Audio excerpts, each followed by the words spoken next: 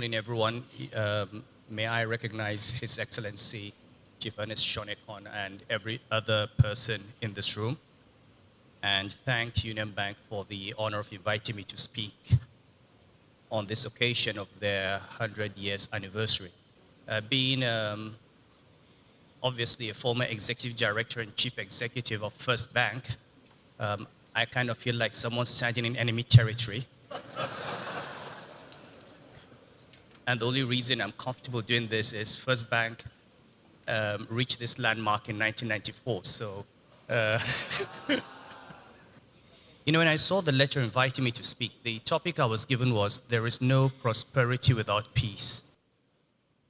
And I said, Emeka and his team would have sat down, racked their brains, as we say, for many hours, and thought, what topic can we give the emir that can in no way be controversial?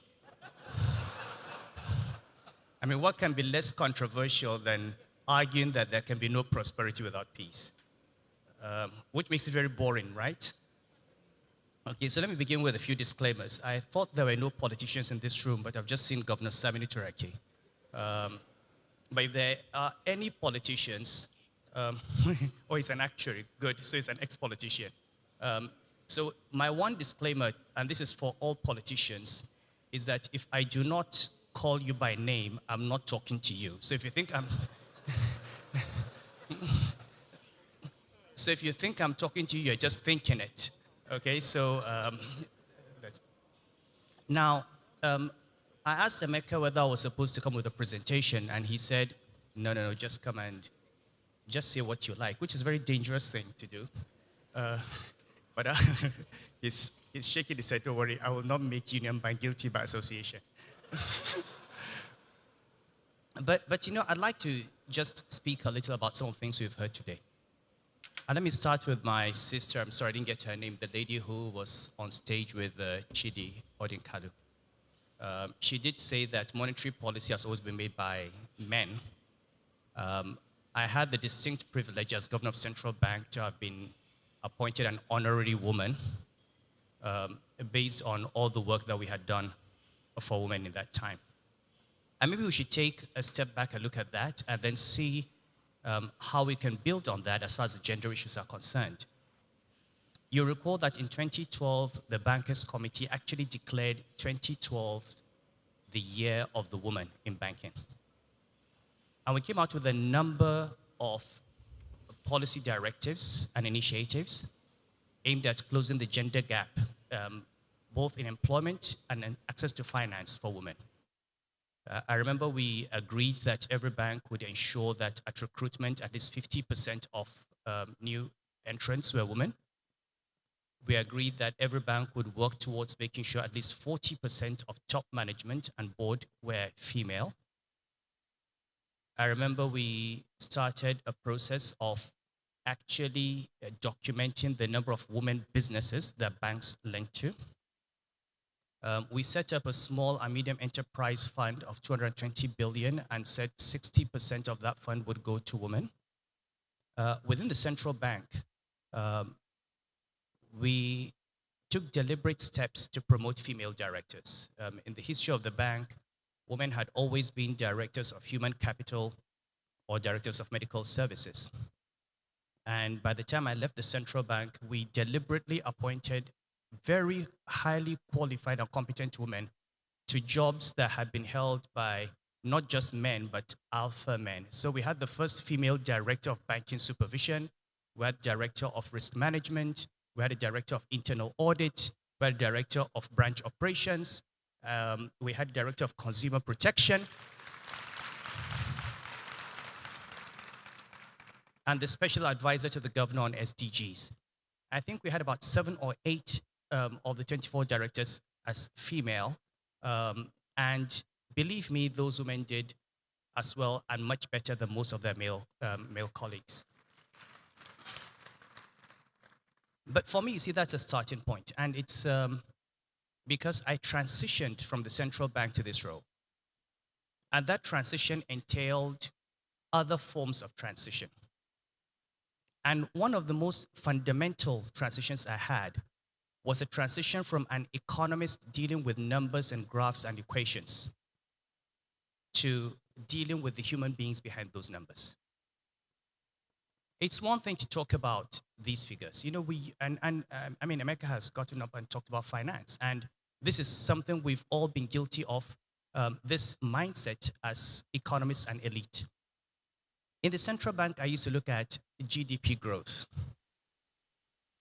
rate of inflation, the reserves of the Federation, and these are important numbers. And I measured prosperity in those terms. Now, is that prosperity?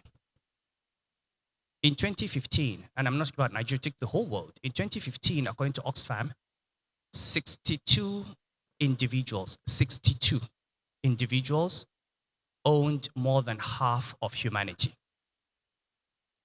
The wealth in the hands of 62 individuals was higher than the total wealth in the hands of the bottom 50% of the world's population. The 1% of the richest people in the world collectively own more than the 99% below them. So America talked about the Gini coefficient. And you can think about that in Nigeria. In an era where we're growing, where we're producing billionaires and people going on the Forbes list and counting ourselves among prosperous nations. Actually had a situation where a famous politician who is unnamed said that a mark of the economic prosperity of this country was the number of private jets we had. It's the elite mindset. Now, let me tell you a story. When I became emir, and this was within the first 6 months of being emir, and every day I deal with these issues. People come in, some want help for medical assistance, some want support for education, some want food, and so on. And usually there's a time for those appeals after we've taken the communication from the districts. And on this day, while taking the letters from the districts, I heard this big scream from a lady who was waiting behind. And I said, go and check what is happening. And when they checked, they found that this woman waiting for her turn to ask the emir for assistance, while waiting there, her baby died. And her baby died because she had come to the emir to appeal for assistance. She needed 3,000 naira to buy drugs. Context, that is much less than $10. Now, for me, coming from the central bank and being an emir, I came face to face for maybe the first time in my life with what it means when we say X% of Nigerians are living on less than $1 a day. It means that for those people, their children die every day because they cannot afford 3,000 naira on drugs. 3,000 naira.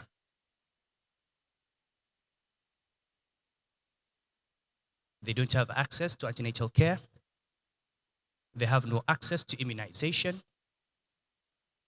If they get malaria, that's a death sentence.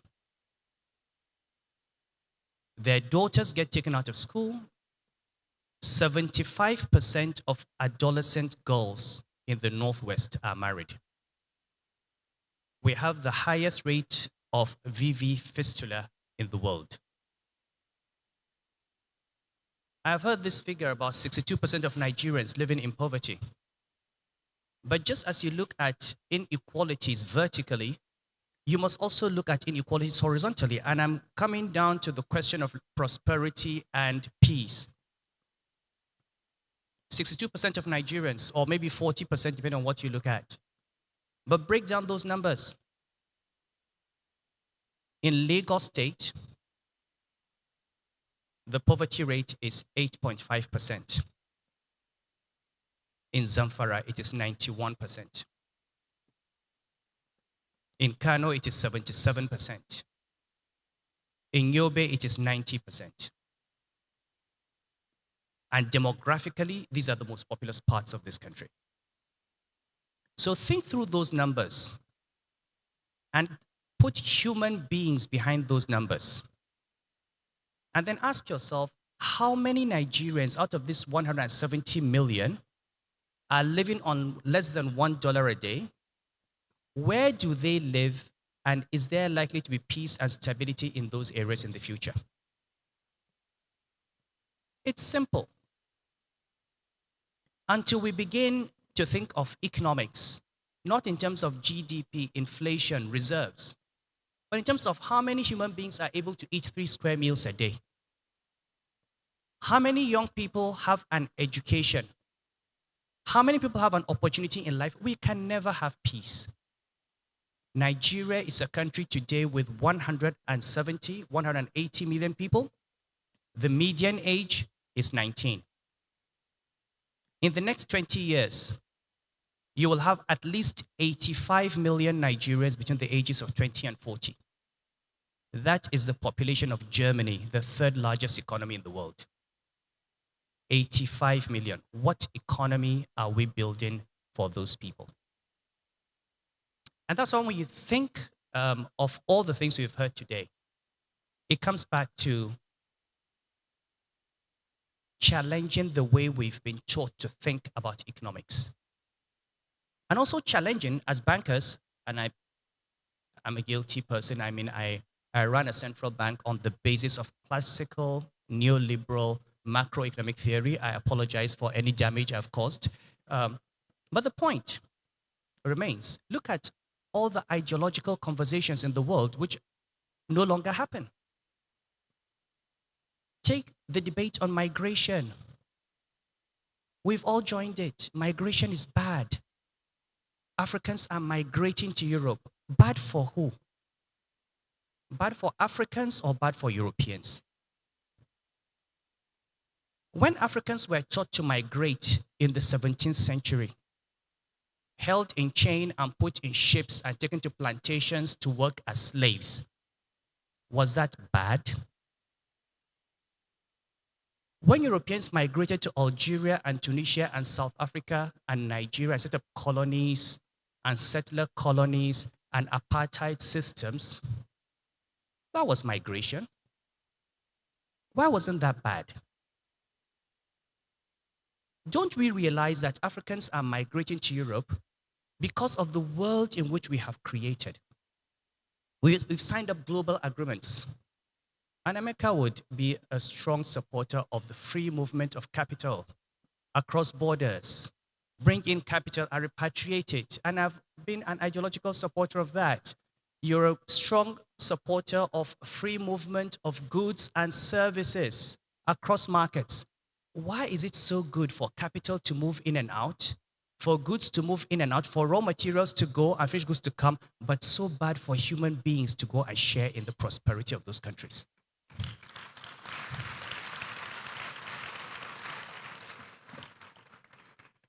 Why is it okay for you to sit in New York and London and bring in X billion dollars into the Nigerian capital market, buy shares, buy currency, make profit, take it back, but bad for the Nigerians to follow that money and try to share in that prosperity? It's a conversation we must have. The global agreements we have signed, the ideology we have signed up to. We're playing a game. We say it's a level playing field. Fine. Take the Nigeria under-16 football team, put them on a playing field with the Brazilian national team. The field is level. Who wins? Who wins? You cannot have a level playing field when you sit down and sign up to agreements that were designed and fashioned by partners in an unequal relationship. So where to begin? And all of us are all living in this post-colonial mindset, is to begin to ask ourselves where, as Africans and as Nigerians, whether we're actually even thinking independently. And what will help us think independently is to continue asking that basic question in every economic statistic we look at, in every transaction we go into. How does this translate into the life of that human being? So even the woman that we're talking about, and I'm a very strong supporter of women's causes. And you know, I've spent all my life supporting women's causes, what I call elite women's causes. We have too many queen bees. How many of you who have become top bankers, top politicians, have actually done anything for those children who are taken out of school?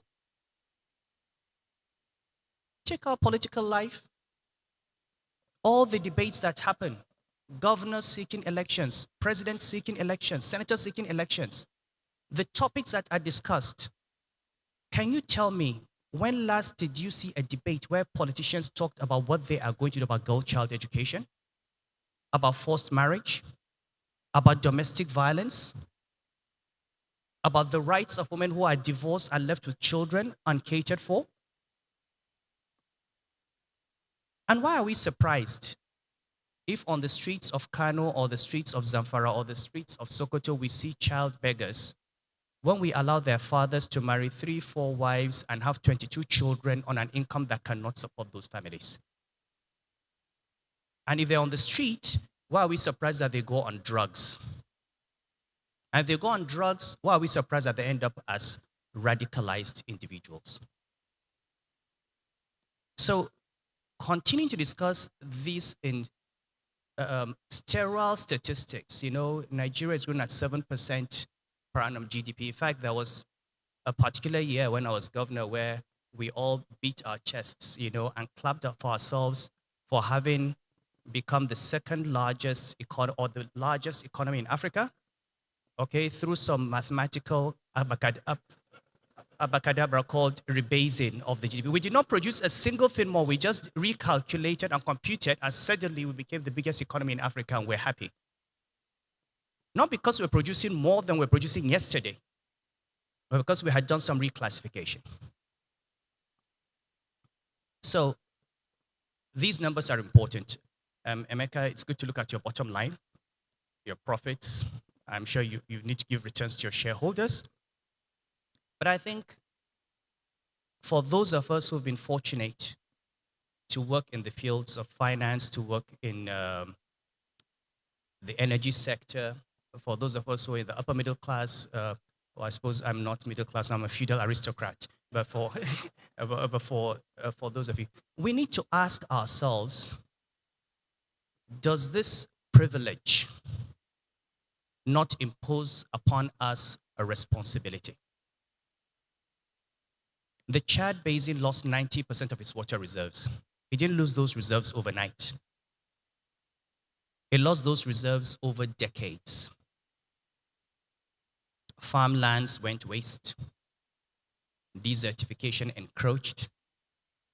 As far back as 2000, I did a paper in Cape Town, looked at the United Nations Human Development Indices, broke them down, and this is why I say we must look at horizontal inequalities. I broke these down and looked at them state by state. And I remember saying in that paper that if Borno and Yobe were a country of their own, they were poorer than Niger and Cameroon and Chad. But we didn't realize it. So why are we surprised that that area is unstable? We can't run away from the human being. And we can't run away from education. In 1978, when Deng Xiaoping started the opening up in China, there were maybe 30 million graduates in China, if at all. Today, China has more graduates than the entire population of the United States. 700 million Chinese were living in poverty in 1978. That number is down to 30 million. We talk about a Chinese miracle. We talk about an Asian miracle. Why is it a miracle? It's not a miracle. It's just about human beings doing what they needed to do and saying that we are going to build an economy that takes care of our people. China goes to the table to negotiate World Trade Organization, to negotiate international treaties.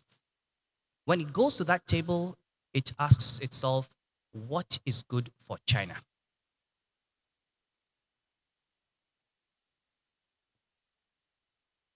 Sorry, this is part of the. You see why I'm happy to leave the central bank. I didn't have this. Nobody stressed. So,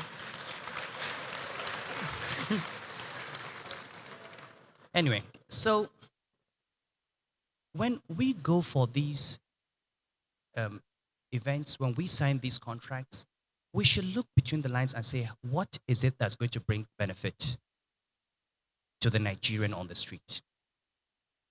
And I think for me, this is where we have failed. We have failed to bring economics down to earth.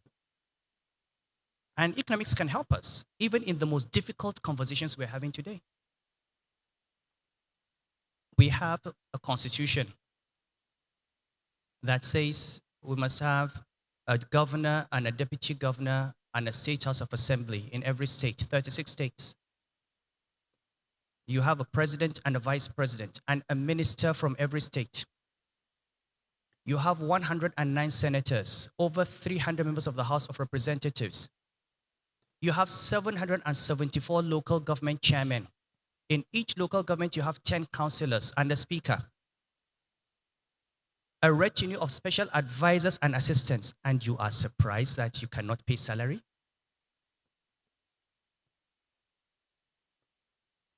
I mean, really, we are surprised that we're spending 80, 90% of our revenue on public servants? That's the system we designed. So you want to have a conversation on restructuring? Let us have a conversation. How do you reduce costs of governance without amending this structure? Do we need 40, 30 legislators in every state? Do we need 500 legislators in Abuja? Must we have 36 ministers or more? This is a constitutional conversation. You don't have education. You don't have public health. We've seen the numbers. Infant mortality, maternal death at childbirth. Yet, the states and the local governments who are supposed to provide education and healthcare do not have the lion's share of government revenue. Let's have that conversation. It can be an intelligent dialogue. You don't need to shout Biafra or shout Boko Haram. Let's sit on a table. Let's talk about what works for Nigeria. At the end of the day, devolution is not about ethnicity or religion. Devolution or revenue allocation formula or whatever, it's all about bringing development to the grassroots. And it's a conversation that you should have. But when we cloak this in gender, in ethnicity, in religion, then first we lose the opportunity to make progress. And second, we reflect our own ignorance. Because at the end of the day, if that is the problem, it will never disappear. If you divide Nigeria into 100 different countries, you will still have multiple ethnicities, multiple religions, and you have to divide those 100 into another 100. And how do you identify yourself? Emeka is a Kano man. We've been friends working in Kano. I don't know where Emeka comes from. I don't know. I don't think he considers himself as coming from anywhere other than he's just a human being. He's an individual. So let's change this conversation. And I'm hoping that as we talk about this economy and as we talk about, and again, this is not something that is targeted at any particular individual, but we need to think about the way colonialism has left us and the way we have voluntarily remained in a post-colonial mindset. The British came here and set up a colony. What did they want? They wanted raw materials and a market for their goods. We don't have the British today, but we're still exporting our crude oil to Britain and importing petroleum products. They don't even need to have colonial officers. We do it ourselves. We're keeping the refineries open. The largest export of the United Kingdom to Nigeria is what? Petroleum products. And we are an oil-producing country. So I'm happy somebody is building a refinery. I'm happier that the person is from Kano. But we need to have more. Why should we export cotton to China and import textile products? Why should we export our hides and skin and import shoes? And this is not rocket science. Ethiopia told the Chinese, gentlemen, come, what do you need to set up a factory here? They told them, they invited them, they set up a factory right there outside Addis, employing 5,000 people, producing shoes and bags and selling to Yves Saint Laurent and Gucci. And the leather in Kano is called Moroccan leather, the best leather in the world. Come and set up the factory in Kano. And the skin we don't sell, we sell to Lagos, pepper soup. We consume our own GDP. It's a delicacy. We've got to look at these things. And they're simple. The Chinese didn't start building rockets. We're not talking about building computers, which is great to think about it, or building Aston Martin cars. No, please. Okay? Why don't you just turn your cotton into fabric, turn your fabric into garment and sell? Turn your hides and skin into leather, turn your leather into shoes and bags. And we used to do this centuries ago. 17th century, Kano was exporting shoes and bags, trans-Sahara, to the Arab world, $5 million worth. In the 18th century, economic history. 100 years of data on Nigerian trade before colonialism. In only 15 years did we have a trade deficit. What happened? What changed? Why is Ethiopia doing it? Why is Cote d'Ivoire doing it? Why is Ghana doing it? Why is Morocco doing it? We are the giant of Africa, a giant with clay feet. So we must first of all stop being in denial. And the way to wake up is to look not at the people in this room, because you do not represent Nigeria. We do not represent Nigeria. For every young northern Muslim girl like her, there are millions who did not even complete primary education. And they're walking around with wares, trading. They get married off without their consent. They produce children, they get beaten. After some time, they get divorced. And I'm talking about what I know, what I deal with every day. 4, 5 children. Somebody wakes up and says, I divorce you. Go home. Her father sent her, maybe the father, as we heard from Miss Graham Douglas, maybe when the father married her off, he thought he was taking a burden off himself, taking off one daughter. She comes back with a baggage of 6 that he did not produce, that he has to take care of, and his income has not gone up. Which is fine. But what is bad about it is that our system does not even see this as a problem, and the system does not protect them. Now, who is going to protect them? It's us. It's those of us who have been privileged to get this education, to give our daughters this education, to have our sisters with this education. We are the ones responsible for protecting those voiceless majority. And we have failed in that. And you know, today you go out in your car and they're hailing you, rankedly. In 20 years, they will start carrying stones. Because those young people that you see on the street are going to be young men and young women without an education and without jobs. So you tell me there's no prosperity without peace? I say to you, there's no peace without prosperity. Thank you.